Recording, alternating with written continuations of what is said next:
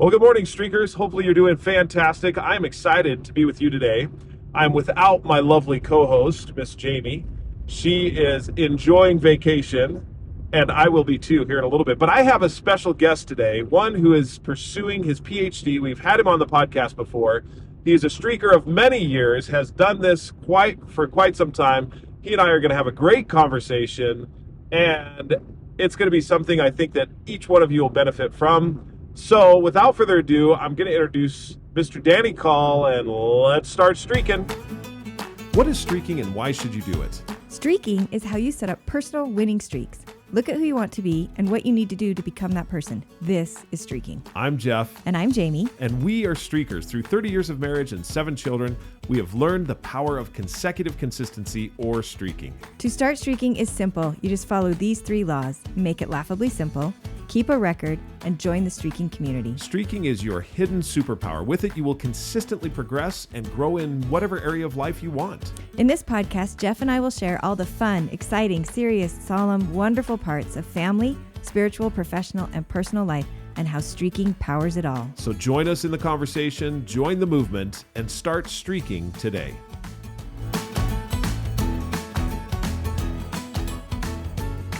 All right, Danny, it's good to be with you today. We are actually traveling up the road doing this podcast together. How have you been?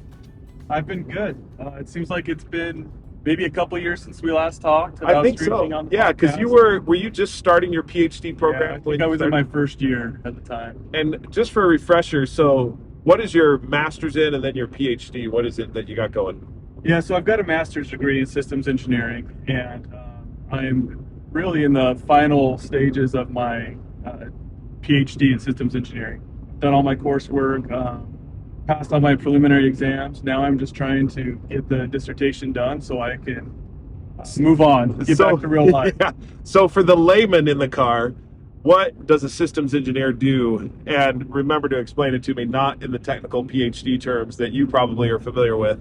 Yeah, so unlike discipline engineering, like mechanical engineering, software engineering, electrical engineering, systems engineering looks at a product as a whole and all the interactions that go into it. So a systems engineer is responsible for an architecture of the design of the product that you're developing, and developing requirements and allocating requirements to the different disciplines, and then also integrating all those when they come back together. Now, So- does that apply? And that applies to any system. It doesn't matter Yeah. what the system is, right? Yeah. I mean, I was thinking about, we were visiting a ranch the other day, and they were talking about their irrigation systems, from irrigation systems all the way through electrical systems. Is that right? Yeah, I mean, and not every product will employ a systems engineering approach, but it definitely could be applicable to those types of things. So, some things that are like purely mechanical. A mechanical engineer and his team might just be like, you know what, we're just going to do this. Yeah. So for more complex systems, though, where there's more disciplines involved and iterations over time, is where systems engineering really shows its value. Got it. Danny is also a father of 5 and has teenagers that he's having fun with, as well as Jamie and I also have the teenagers as well. And we're right now, honestly, on vacation. We're about to float down a river. Which one? The Henry's Ford River. Yeah. So he graciously agreed to come on the podcast, if you will. And we're going to talk just a little bit about just the different streaks that we have, where he is currently with his streaks. There's a couple, I think, that we talked about last time, but that you've iterated a little bit more. Some of the ones around deep work, I know that you have that streak, and a couple of others in regard to not only your professional life, but also we'll go down the personal life as well. But let's get started just with a little bit. So you know a little bit about Danny and his systems engineering and what he is. He's one of the most intelligent people on earth, and he's fantastic to talk to, and he is a massive streaker. And if you've listened to, and I'll have to go back and reference the podcast, but he and I talked a little bit about his streaks before. But just for a refresher, and for those that are listening, because we've had a huge jump in number of people listening to the podcast, give us a little bit about when you decided, you know what, I'm going to give this streaking thing a try, and why you decided to do that. Yeah, so we were very early adopters of the streaking methodology. So You can say you're in the lab, since Jane and I Yes, kind of yeah. bounced it off of Yeah, you guys several times. Yep. So our longest streak is coming up on 3,000 days now, and that's a family streak in reading scriptures together. And that streak specifically is you have to read at least a verse of scripture Yeah. with one other family member. Exactly. Is that pretty much Yeah. it? Yeah. And so that's coming up on 3,000 days. Personal streaks for me started with the first iteration of the app, because prior to that, I was familiar with the methodology and was doing some streaks, but had never really settled on a good way to record them. And so they came and went. But since the first version of the app was released, I've slowly started to add. And for guys, just so you know, for him to be with us still from the first version of the app, Yeah. that was that's some dedication. It's been an iterative process, right? Yeah. And so, but I was sold on the methodology, Yeah, right? And right. because being involved right from the get-go as the methodology was being developed, I was all in on the methodology. And so for me, the app's totally different now, right? And Oh, yeah. The app is more about the app itself, like what you can do with the sharing and all, the feeds and everything. But for me, it was just a way to record. And so, it was doing that. So if you look at my streaks in the app, you would realize that first version of the app came out about 1,050 days ago, right about then. Because that's when you So I've start. got a handful of streaks that have just passed 1,000 days in the last month or so. Nice. Yeah. So as far as my personal streaks, they started out with things like reading my scriptures, stretching. I've got a stretching streak that's gone on a long time. Did you start? So was yours? Was the first was your family streak though, right? Yep. Because that's 3,000 Yeah. days. Yeah. And then for your personal streaks, you started with a spiritual streak, reading scriptures, Yeah. a physical streak, as far as stretching. Yeah. Yeah. Social streak. I can't remember if we talked about this on the podcast, but we talk about my schooling and all that stuff. But really, what it comes down to is I am an engineer, so that means I'm an emotionless robot, and it doesn't work. So that doesn't translate well into being the husband that my wife needs me to be and actually expressing like my feelings for her. So Yeah. that was my earliest social streak, was to daily make sure that I tell my wife something that I appreciate about her, positive about her. So that one actually just passed 1,000 days. Wow. And You are in last the month. Comma Club. By the way, everyone, we had a couple of people enter the Comma Club, which is anyone that has a streak that's a daily streak that's 1,000 days or greater. You enter into the Comma Club. You get on the streaking app itself, you get a invitation to join the Comma Club, which basically means you get to share some of your experiences and opportunities with those who are also 1,000-day streakers. So, and you have several of those. Yeah. So as you were going along then, and I want to get back to something just for a second. When were you convinced that the methodology was something that could help you get success in the areas of life that you wanted to? Really, it was just starting to do it. Like I say, I didn't get introduced to it by the book or the app. I got introduced to it over many, many conversations. Right. And looking at my life and seeing the power of the small and simple things and the consistency and doing those little things is really what got me on board. Recognizing that for a lot of my life, there were so many times where I recognized the need for a change and would try to do a big grand gesture that's going to change my life and always end up back in the same place. So it was really running into that roadblock enough times that I finally realized, okay, it doesn't matter if I do a big thing. The consistency is so much more important than those grand gestures. So it was over many conversations. You know what? You bring up a great point too. Is how many of us look to the grand gesture as the opportunity or I don't know if it's the catalyst or the change point. That's where, if we do the grand gesture, that's where I'm going to change. That's where I'm going to be someone different, do something different. Yeah. And we've run into that enough times. I ran into that enough times in my life that I realized that was not the case. It was not going to happen with a grand gesture or being more intense for a moment of time. And that moment of time could be a couple of hours, it could be a couple of weeks, but that intensity, though it may deliver some short-term result, it did not deliver the long-term effect that allowed me to change and become who I wanted to be. Yeah, absolutely. And, taking my social streak, for example, on saying something positive to my wife, and she'll tell you this. I am a better husband now than I was 1,000 days ago. I can't tell you if it was on day 30 or day 300 or 600 that I became a better husband. Yeah. But over the course of the 1,000 days, I have. And so, and that's the whole thing is, if you're doing these things consistently, you're never going to look back and have this aha moment. Right. But it's going to be like the sunrise, where suddenly you look up, it's like, wow, it's light outside. I'm a better husband. That's it too. So just a question on that. So with your streak with your wife, where you're, recognizing, seeing something positive every day, do you find that, are you actively looking for that throughout the day? Absolutely.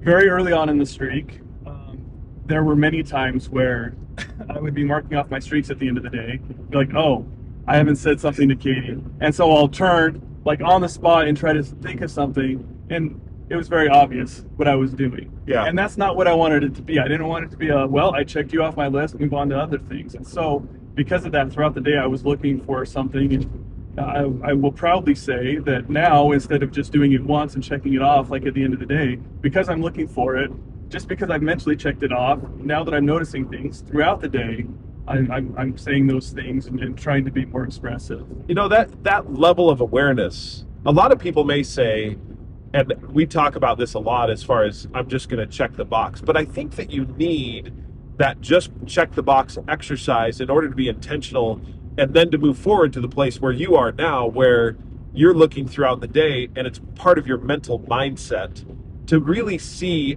and understand that there's several different times during the day that you could compliment your wife. And that's true of really any streak. I think of your stretching streak. It's not like you wait for a moment in time to stretch. Yeah. You look at it and say, here's an opportunity. I'm going to go ahead and do it. Yeah, I'm gonna stand on this stair and stretch my calves, and yeah. Now, as a result of that, go ahead. You were going to say I was something just going to say, it's like what you've talked about so much with your streaks being your floor. Yeah. Like I'm doing it, but most of the time, like my stretching streak is to stretch my calves twice a day for 30 seconds a day. I rarely only stretch twice a day for 30 seconds a day because I'm thinking about it. Whenever I have the chance to stretch my calves, I stretch my calves, and it's made a big difference for the pain that I've had there because of that floor. Now, that's what I wanted just to highlight a little bit. So the reason you started the compliment your wife or recognize your wife at least one time a day and the stretch is because there was a greater purpose behind those, something that you wanted to accomplish. And for your calf or stretching your calves, you were having some massive heel pain because you're a long distance runner. Yeah, so some pretty serious tendonitis there, and I mean every time I got out of bed, I was limping. Usually with it would take a few minutes for it to warm up, but if was very obviously limping every time I got out of bed in the morning, or if I got up to go to the bathroom in the middle of the night, and that doesn't happen anymore because I knew it all along, that I have tight calves and they just need to be stretched out. But it was that streak that got that consistency going for me. And as you say, and this is something that comes to mind quite often for me as well, how many times do I think, I really should be doing this? This is really good for me. I know what I need to do, but because I don't necessarily have a methodology in order to do that, I don't do it. So, and that's a great segue into my deep work streak. Yes, that's what I was going to ask you about. So now, how long have you been in your PhD program? It'll be 3 years in August. Okay. So, and when do you defend your dissertation, or is that scheduled yet? It's not scheduled. But my goal is before the end of the year. Okay. Yeah. All right. So if anyone's not familiar with Cal Newport's writing on deep work, he talks a lot about, in our society today, we're so distracted by emails and so many things popping up that it keeps us from getting deeply focused, and that if we take time to be deeply focused, we can get a lot more done. And I definitely see that in my life. I'm pulled a million different ways unless I turn off the phone, turn off the email, and just focus. And that's, well, because aside from but your PhD is in the course of your normal work. I mean, you've got a day job that you're doing as well. Yeah. So I've known the importance of deep work, and it has just been one of those, well, I should do that, but without anything driving me to do it, I never got on board. until in the last 6 months, I've had some major deadlines to do. I had a paper that had to get done for a conference. I had to do my preliminary exam. There was a lot of stuff that needed to be done, and I just wasn't getting the time. And so I adopted a deep work streak where I would deep work for 1 hour a day, 6 days a week, where I would turn things off. Now, the reason why it took me so long to adopt this streak was because looking at the methodology, I'm like, this is not laughably simple. Yeah, that's right? what I was thinking. and generally speaking, I don't think that this is a good streak. But I'm like, this isn't a normal time. I need to get this PhD done, and I need to get this time in to do it. So Right. I said, I'm going to do it. Yeah, which I think that's there's a couple of streaks as I've gone along, and this is what I would say for those who have built up the consecutive muscle. You can attempt some streaks that are not laughably simple. Yeah. For a and put them specific into play. purpose. Right? Yeah. Exactly. If there's a really strong, compelling reason, you can do it. Now, the rest of the story is, it's worked out fantastic for me, or I should say, it was working fantastic for me. I got through the prelim exam, got that paper published, like everything's going great until I was traveling, and still those first couple days of this particular business trip, I came home to the hotel in the evening and got it done. But then I developed a severe cold. Oh, And after I still made it to the meetings that I was out there to attend that day, and then came home to the hotel and just passed out. you were out. You were done. I was done, and I broke my streak.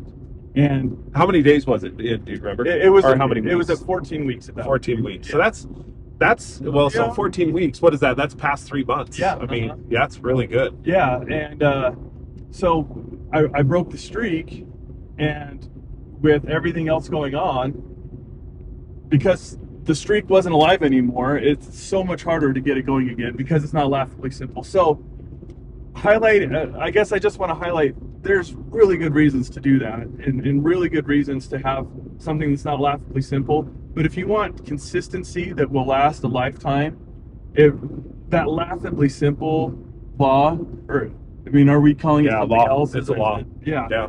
It is so vital, and I'm getting back on board. I've got a big push now to get this PhD done, and I'm gonna implement this streak. That's really fascinating. So I want to revisit. Let's delve into this just a little Yeah. bit more. So when you started the streak, didn't you start the streak thinking about well, maybe I'll do 3 hours or something like that? Yeah. Because where did you start it, and then when you pared it back, didn't that give you a little bit more? It did, yeah. Because for actually years, I've tried different things to implement deep work in my life. I've had a check, like a physical paper that I would schedule in deep work hours throughout the day. Uh-huh. But I always was telling myself, I'm like, I need 3 hours of deep work Yeah. a day to accomplish my goals. I need 3 hours, but 3 hours was just never going to happen. And so it wasn't. It's almost like by saying 3 hours, you kind of set up a mental block in your Yeah. brain, and that mental block said, well, I can't really get 3 hours now, so I may as well not do it at all. Yeah. So the deep work really took off for me when I said, you know what? Yeah, 3 hours would be great, and if I can do it, fantastic. But 1 hour is my floor. Yes. And that changed things. And like I say, I spent 2.5 years in my PhD program trying to get deep work engaged. And once I finally got the streak involved, that's what carried me through some really critical deadlines, and what's going to carry me through the end, honestly. Yeah. So now you started the streak, you recognize an hour is what it is that I'm going to do. What do you do to set up for the deep work? Because there's some specific things that you do to make sure that you get that deep work going. Yeah, so I will, I've got a separate desktop on my computer that I change to before I start my timer. So I changed to that. I start a 1 hour timer. I put a sign on my door because I work primarily from home. And so to make sure that, the kids and my wife know that You're going into I'm deep locked work. in, I put a sign on the door. I take off my watch. I've got an Apple Watch that will ding, so I take off the watch, put my phone and my watch on the other side of the room, and then I put on my noise canceling headphones, and I have the same playlist that I listen to every time. It's just a classical focus, and I completely. I was going to ask: is it classical? Is it rock? Yeah, no, is it's definitely classical. It's something that I can listen to that will.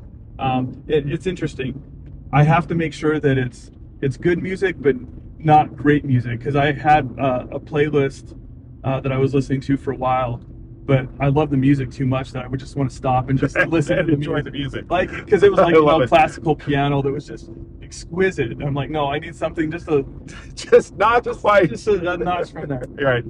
But the interesting thing is the routine is key for me, because there was a time a few weeks ago where the whole family was gone.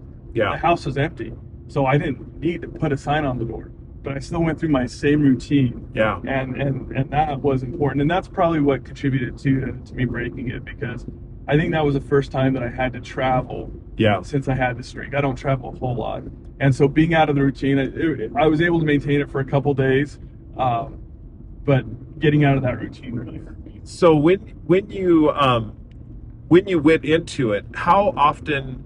What was the percentage of time you'd actually do more deep work than just the hour? I would say probably about 50%. Yeah. Yeah. See, and you look at that, whereas before you tried the 3 hours and it was Nothing. Yeah.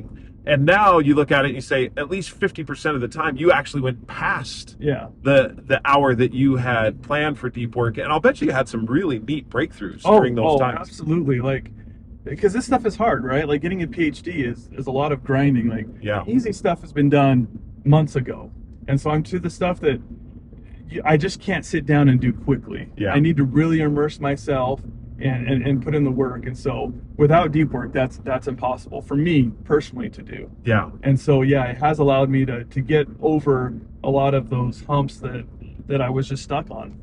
Now, you had a pretty cool thing happen, because during this deep work time, you did write a paper that you entered. Was it a competition, or what was it that happened with this paper? No, it wasn't a competition. It's just a professional conference. Okay. So there is a professional society for systems engineering, and there was a call for folks. for there is a professional society for everything. Yeah, exactly. Just so you know. Yeah. And system engineers, I can only imagine what this conference is going to be like. You guys are going to be geeking out all over the place. Yeah, with this. They're serious nerds. I mean, stuff that. Yeah, it's like any society, right? Like, once you get focused into a particular domain, you dive in so deep, and anyone else that's not intimately involved in that domain, they'll walk in. It's like, you guys might as well be speaking, right? Mars and whatever. That's going to be awesome. Okay, so anyway, you went into deep work. You wrote this paper for a professional conference, right? Give us a little bit of background around that. Yeah, so this is a conference that happens every year for INCOSI, this particular society, and it's an international conference, but usually it's held, like last year it was in Detroit. Usually it's held somewhere in the United States.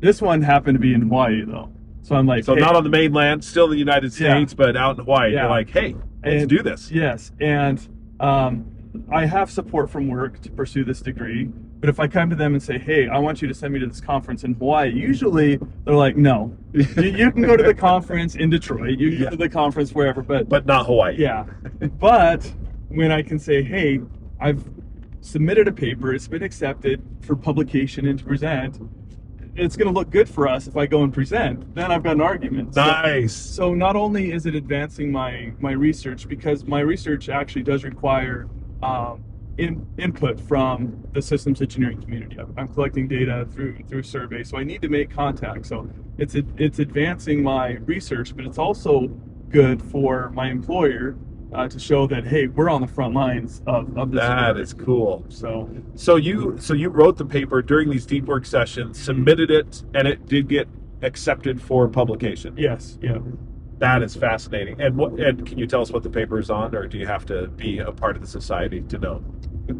Well, the title of the paper is A Case for Model-Based Systems Engineering in an Agile World. So it's about systems engineering, the continued relevance of systems engineering when everyone is trying to be agile and, like, eschew documentation and the detailed plans and stuff that were really at the core of systems engineering, and showing that as we go to a more model-based approach to it, that systems engineering is not only still relevant, but actually more important now than it's ever been. So how did you get that's really cool. I have a couple of things on that I want to bring back to streaking, but before I do that, how did you get the notification that your paper was accepted, and was it just an email? Yeah, it was an email.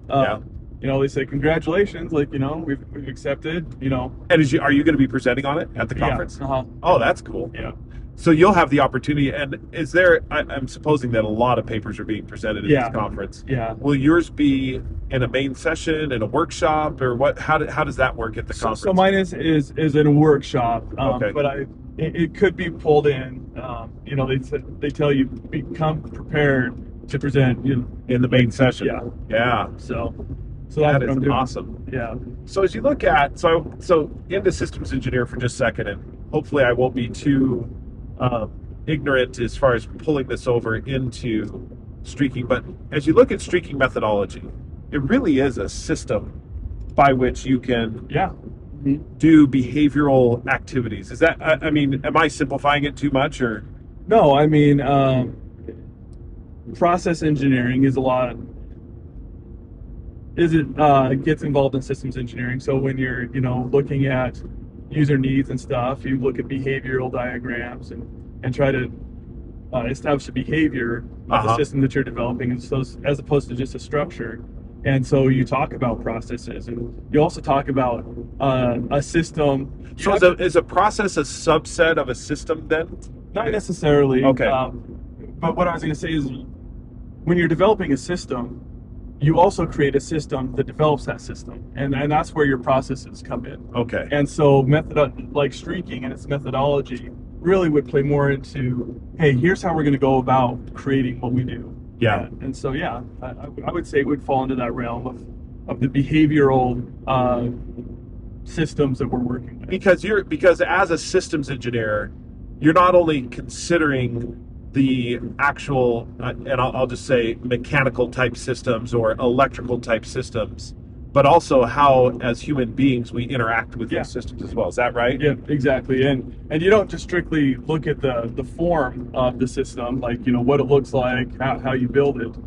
The form follows function, and it's about what it does. And so, when you talk about streaking and what we do as individuals and how we go about doing it, what form will that adopt is where you get to, your app and how you record it, and the specific streaks that you do is the form that will enable the function of being who you want to be. Yeah. So yeah, I mean, we could definitely, I could create a pretty great systems modeling language model of how streaking works. And that'd be fun. We'll have to do that sometime. If we really want to geek out on systems engineering and go for it in that way, that would be awesome.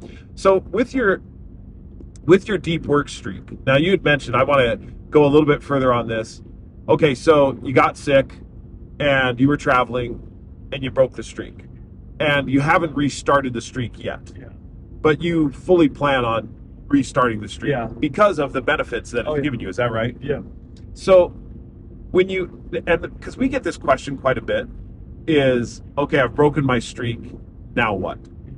Now, granted, you gave us a little bit of the precursor saying, hey, this is not a laughably simple streak, or it was a forced laugh, but you've been a streaker for a long time, and so have experienced consecutive consistency and what it can do for you. So as you now start to look at, I'm supposing, after this week or maybe in a couple of weeks, when are you looking at starting your streak again? And what are some of the things mentally that you're preparing yourself for in order to start that streak? So really, it's being in a situation where I can be successful. Because again, this isn't the laughably simple streak. It's geared towards a specific purpose. It's not something that I'm going to be doing all the time. So, like when I'm traveling,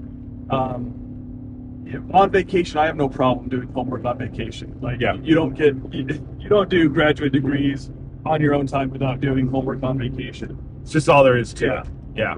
But this conference coming up next month, and there was another business trip after the one where I broke the streak. So really, I want to put myself in a situation where I know that I can do it, and then I'll pick it up again. Most streaks, and I'm sure you've talked about this before, most streaks, when I break it, it's disappointing, especially if it's a long streak. But usually it's like, you know what, next day one, and now I know what I'm going for, and I usually pick it up immediately. Because I'm not going to break it again if I haven't started again. Right. Or I'm not going to beat my streak. I don't want to break it. I'm not going to beat my streak until I get day one down again. Yeah. This is just a unique streak, and you know, Do you envision? So you envision that this streak, once you've started and then once you've completed your PhD, this streak will be retired. maybe. Maybe. Oh, Yeah, okay. because there's so much more I want to accomplish, and I see the value in it. And honestly, 1 hour, even when I travel, had I not gotten sick, I probably would have been okay. And like right now, where I'm not doing it, I could be doing it if I had the power of the streak behind it. Yes. And that's the good news and the bad news is like I haven't restarted it because I know that this one requires a lot, but I also know like once I get going with it, it's going to carry me through. Yeah. And I don't know. We talked about this last time I was on your podcast. How scared I am sometimes with my streaks because I know when I set the streak, I'm going to do it. So I make sure I'm ready. Jim Collins talks a lot about the flywheel and the power of a flywheel, and that it's every little push is contributing to the flywheel gaining the momentum. And it's really the first, 10, 20, 30, 40 pushes, whatever they are, requires quite a bit of mindset in order to move that flywheel, the mental flywheel forward. And that's what I envision what you're saying is you are going to start this streak. It'll probably be after this week. You'll just sit down. Day one will be probably Monday, and you'll look at it and say, okay, the streak has started again. And what I have seen, and also I envision, is the first 6 days, that first week of the streak will be a little bit of a grind because you're getting the flywheel going again. But then once you get it going, then the streak helps you continue to keep it going. Would you say, is that accurate?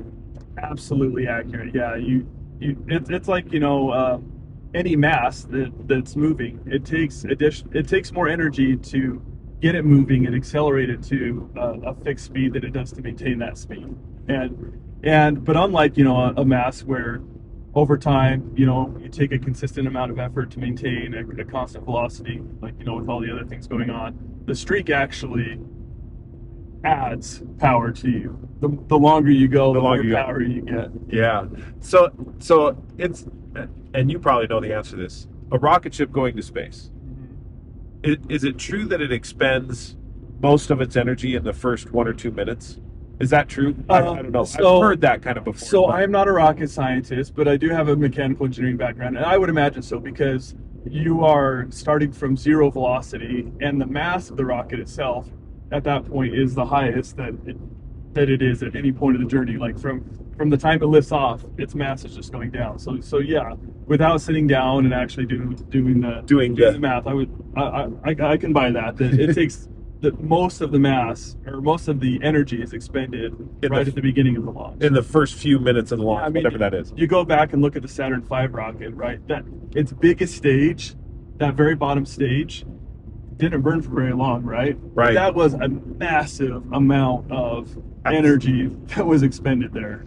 So as you look at that, so that then, if we translate and metaphorically use it to look over into streaking, it's getting the streak started that is where a massive amount of energy and mental push goes, which is why we often talk about if you really want success, especially when you have not lifted the consecutive weight that much, if you really want success, you set the streak laughably simple so that the amount of energy you expend actually returns a pretty big reward because the laughably simple activity. For example, me, and I've used this quite a bit, and I use it all the time, writing at least 1 sentence daily.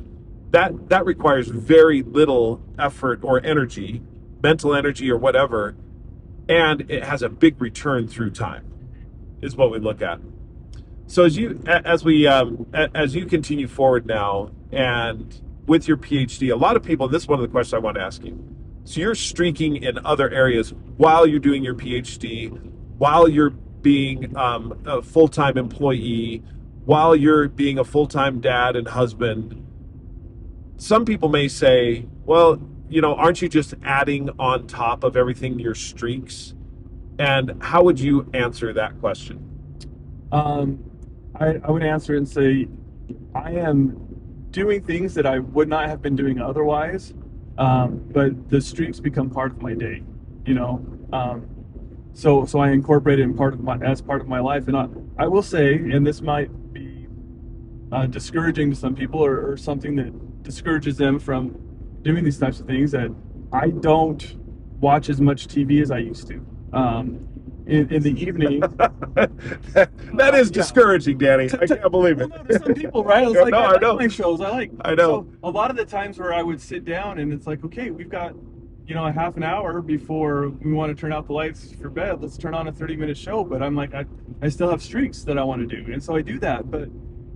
And this is why choosing streaks that are contribute to something that you really care about is so important. Yeah. Because I have to be willing to say, you know what, I enjoy watching TV, but being a better husband, a better disciple of Jesus Christ, a better systems engineer, at the end of the day, those are more important to me than those other things. And so, I've added things to my life, but it hasn't like piled on top of everything else I do. Really what it's done is displace those things that are less important and allowed me to live more intentionally. Because if you're to hold a gun to my head back when I'm watching more TV and just quite frankly wasting more time, you do live with more of that guilt of like, well, I should be doing something different, I should be doing something more.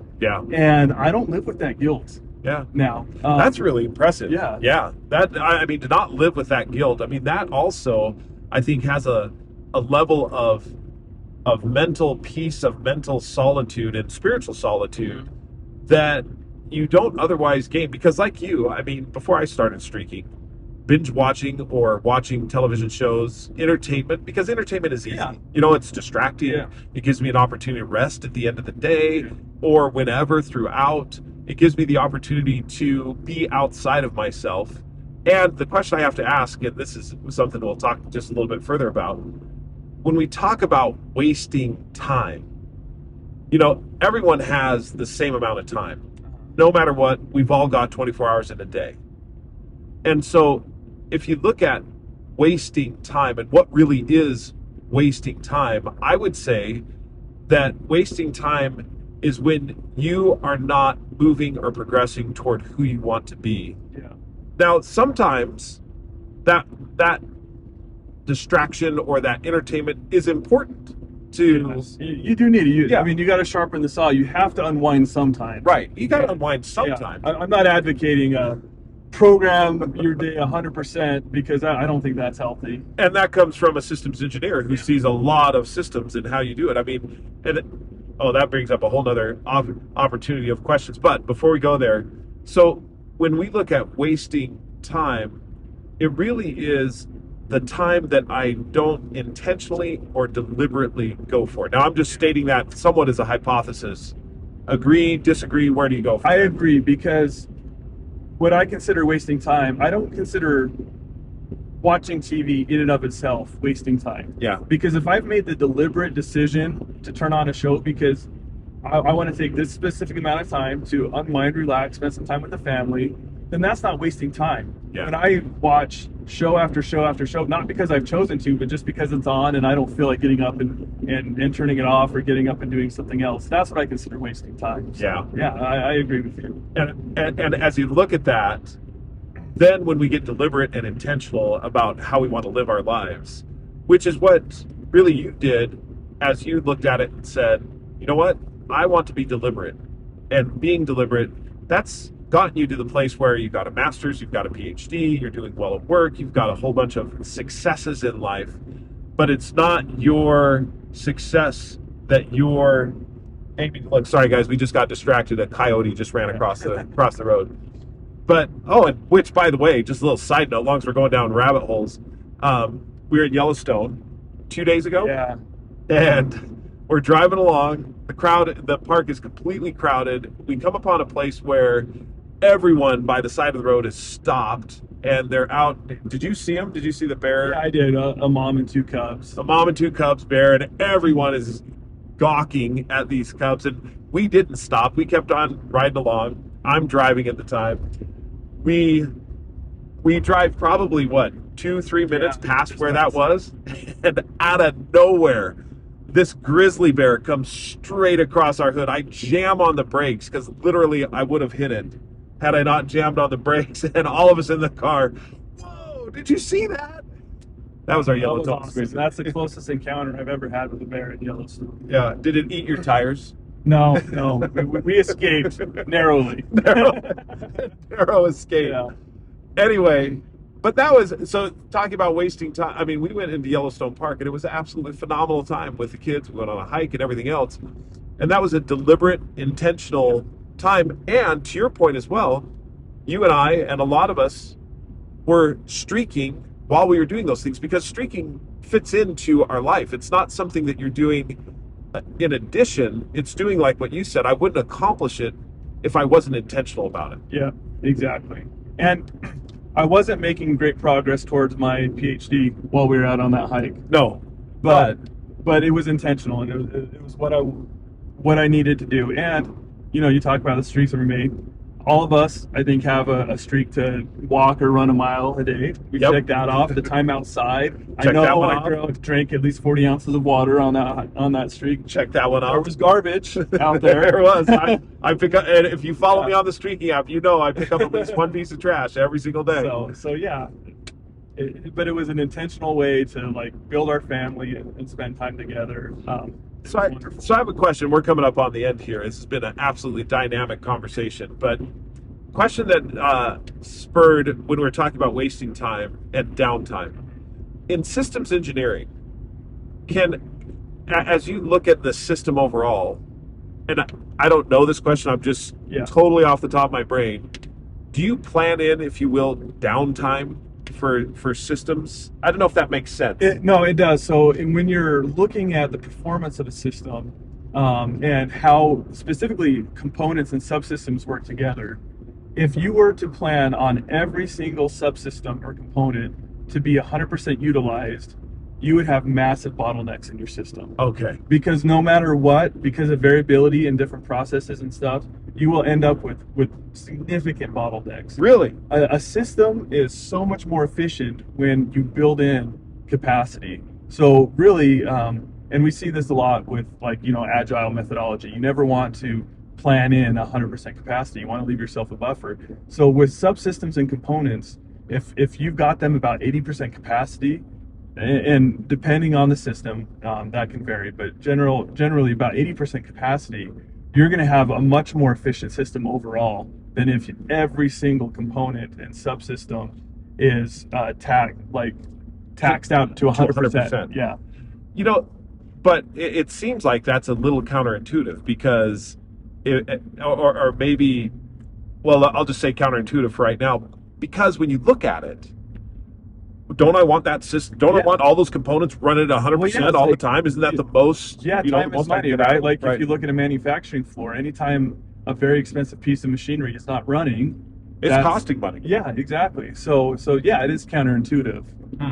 But all of the theory, all of the simulation, all of the practice shows that as soon as you go much over 80% capacity, you end up with bottlenecks and your overall efficiency of the system goes down. And again, that's the thing about systems engineering and why systems engineering exists as a discipline, is because there are emergent effects that come from a system that can't be described by the individual components and subsystems. And so you have to look at it holistically from a systemic view to really understand those emerging properties and emerging effects. And so same thing with our lives, right? If you were to look at everything individually, you might do things differently. Yeah. But if you were to look at your life holistically and from a systems view, then you start to make some decisions that you might not make if you're looking at something. If you're looking at if you're zoomed in on just that one thing, on that one particular tree, you may not consider the entire forest. Yeah. Of what everything that's that whole ecosystem, if you will, that's going on as well. Which is the idea of optimization. If you're locally optimizing certain things, you're probably not optimized at the global level. Wow. So you really have to be intentional about zooming out and being able to look at the entire system and how each individual component plays in that. And if you do something to that component, what it looks like across the board. Exactly. Or how it affects things across the board. Is that right? Yep. So that reminds me of, and this will be a good place for us to end today's podcast. Really love Danny being on. It's such a pleasure. He and I have great conversations all the time. I know we could just record most of our conversations. We really could. Just keep publishing them. But this, one of the things I had read when I was studying for the streaking book, before Jamie and I had written the book, I was researching and studying. Cal Ripken Jr. is an individual who I've spoken about quite often, and his streak of Major League Baseball consecutive games played in a row, 2,632, most ever.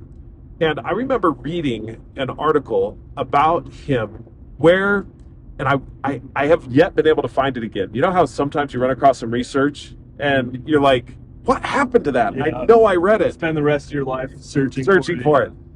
He had an interview with a sportscaster, and the topic came up of his streak, and the sportscaster, or it may have been the journalist, asked him how he's able to maintain his physicalness to play Major League Baseball for 16 years. He played it for 16 years running without ever missing a game. How he was able to maintain his level of athleticism and physicalness in order to be able to continue to play each game. And I think you'll be interested in this answer.